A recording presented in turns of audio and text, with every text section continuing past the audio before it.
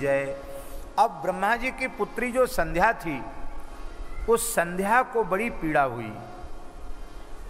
संध्या ने विचार किया कि अरे मैं कैसी भाग्यहीना देवी हूं, जो मेरे जन्म लेते ही ब्रह्मा जी के मन में विकार उत्पन्न हो गया, ऋषियों के मन में विकार उत्पन्न हो गया, तो मैं कठोर तप करूंगी। वो संध्या देवी उन्होंने कठोर तप करना आरंभ किया, कठोर तप किया। तप करते करते अपने शरीर को सुखा दिया। किम त्वमेकाम स्थापयिष्यामि मर्यादामिह भूतले उत्पन्न मात्रा नयथा सकामास्यु शरीरिणः।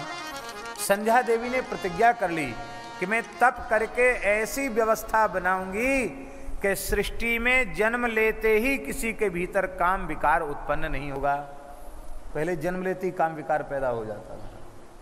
पहले जन्म लेते ही लोग किशोर अवस्था के हो जाते थे, जन्म से उनमें काम उत्पन्न हो जाता था। लेकिन संध्या देवी ने कहा मैं ऐसी व्यवस्था बनाऊंगी कि जीवों के मन में काम जगे ही नहीं जन्म लेते ही।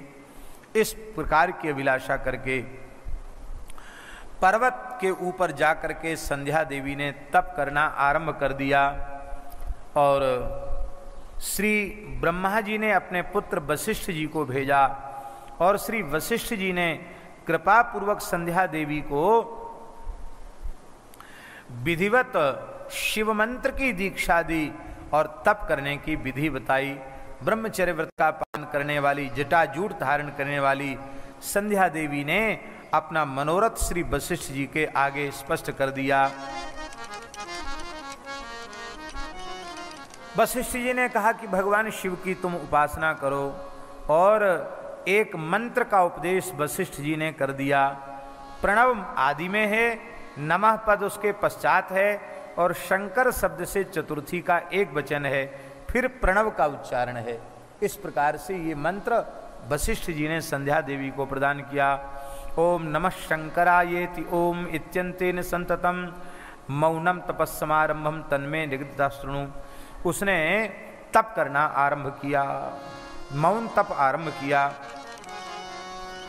भगवान शिव ने प्रसन्न होकर के दर्शन दिया। कितने समय तक तपस्या की? सतयुग, त्रेता, द्वापर, कलयुग, एक चतुर्युगी तपस्या करते करते संध्या देवी को बीत गई। भगवान शिव प्रकट हो गए और प्रकट होकर के भगवान शिव ने दर्शन दिया। संध्या देवी ने चरणों में प्रणाम किया। संध्योवाच निराकारं ज्ञान गम्यं परम यन्नैव स्थूलं नापि सूक्ष्मं न चोच्चम अंतश्चिन्त्यं योगभिस्तस्य रूपं तस्मै तुभ्यं लोककर्त्रे नमोस्तु इत्यादि श्लोकों से भगवान शिव की स्तुति की। नमो नमः कारण कारणाय दिव्यामृत ज्ञान विभूतिदाय समस्त लोकांतरभूतिदाय प्रकाश रूपाय परात्पराय इत्यादि श्लोकों से भगवान की स्तुति की। भगवान अत्यंत प्रसन्न हो गए।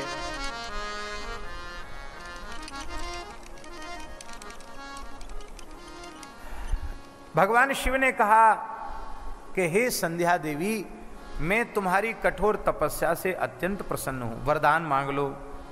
संध्या देवी ने कहा, भगवान यदि देवः प्रसन्नो हि तपसा मम सांप्रतम व्रतस्तदायं प्रथमं वरो मम विधीयताम। यदि मेरी तपस्या से आप प्रसन्न हैं तो मुझे यह पहला वरदान दीजिए। उत्पन्न मात्रा देवेशो प्राणिनोस्मिन् भुवस्थले न भवन्तु समेनैव सकामा संभवन्तु वै।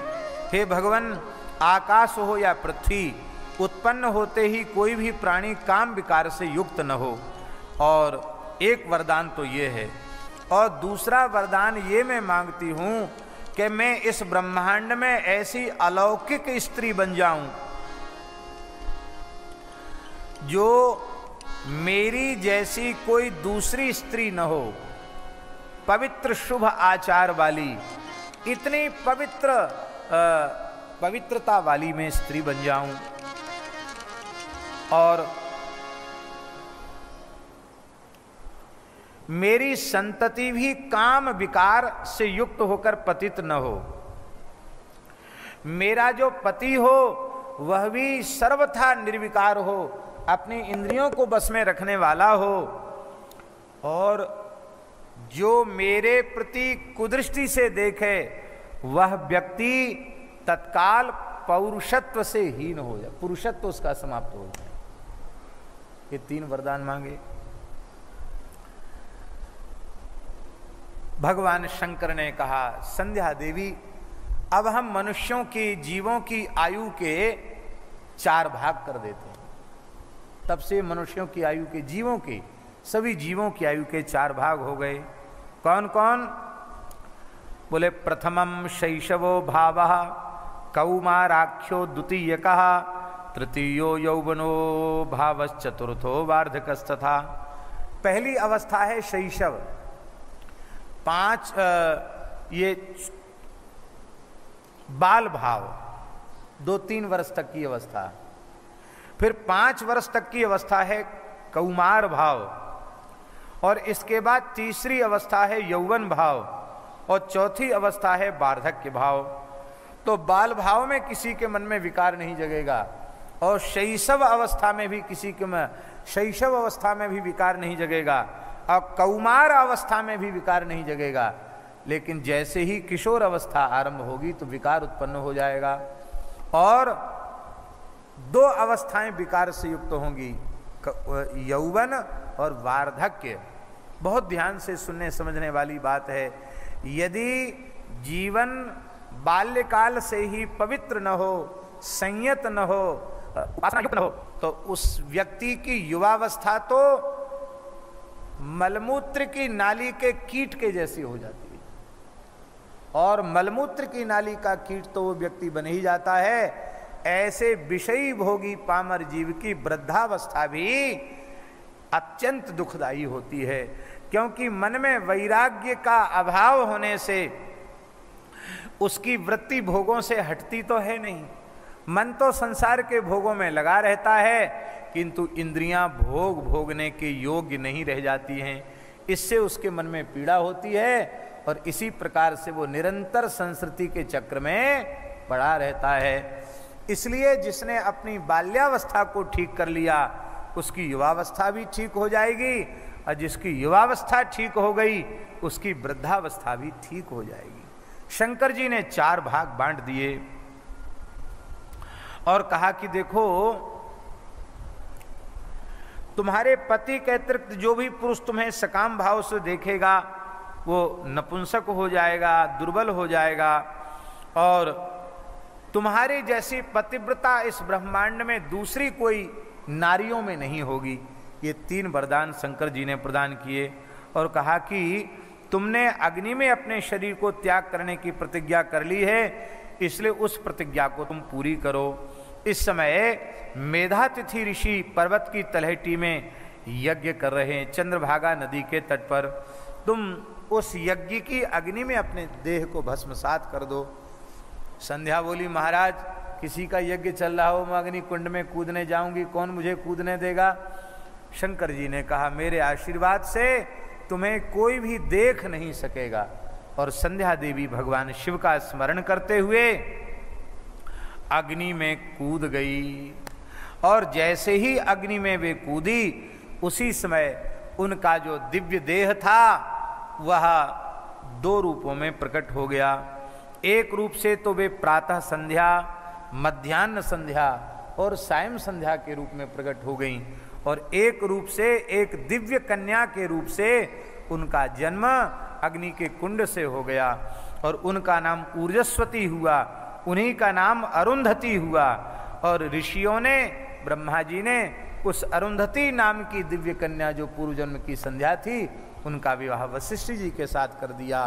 और वशिष्ठ जी महाराज, अरुंधति ऐसी महासती हैं कि भगवती अग्नि की शक्ति स्वाहा देवी भी अरुंधति का स्वरूप धारण न कर सकी, महासती अरुंधति।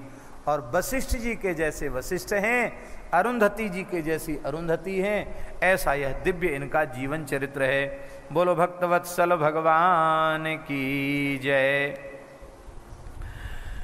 बोलो अरुंधति वशिष्ठ जी महाराज की जय। महाराज जी ऐसे वैसे नहीं हमारे वशिष्ठ जी, राम जी के गुरु जी।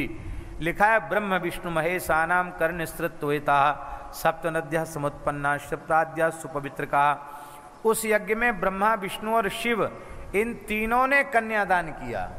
ध्यान से सुनो, ब्रह्मा विष्णु और शिव इन तीनों ने अरुंधति का दान भगवान वशिष्ठ के हाथ में किया।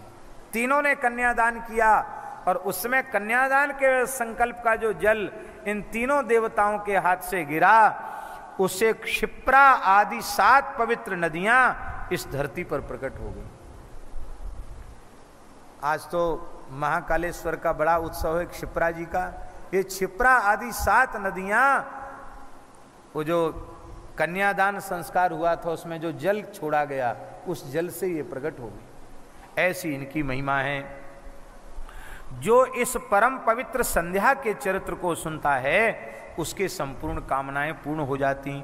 और एक विशेष बात लिखी है कि ये संध्या शक्ति परम निर्विकारा है, इसलिए जो लोग प्रातः संध्या, मध्याह्न संध्या और सायं संध्या अत्यंत श्रद्धा और निष्ठा पूर्वक करते हैं, उनका मन, उनकी इंद्रियां कभी विषयों के अधीन नहीं होती, विषय उनके अधीन रहते हैं। इसलिए जीवन को अत्यंत पवित्र बनाकर रखने के लिए तीनों काल की संध्या श्रद्धा पूर्वक करनी चाहिए।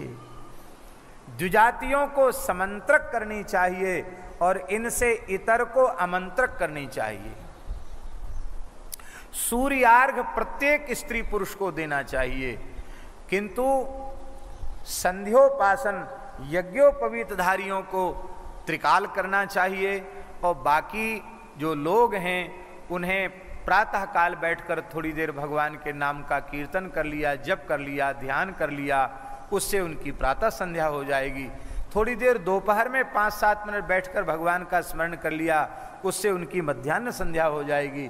और सायंकाल को थोड़ी देर बैठकर भगवान नाम का जप कर लिया, कीर्तन कर लिया, इससे उनकी सायं संध्या हो जाएगी। तो द्विजाति से इतर को आमंत्रक संध्या का विधान है, पर प्रत्येक मनुष्य को प्रातःकाल, मध्याह्न काल और सायंकाल का समय अत्यंत सावधानी से व्यतीत करना चाहिए। इससे उसके जीवन में बहुत लाभ होता है।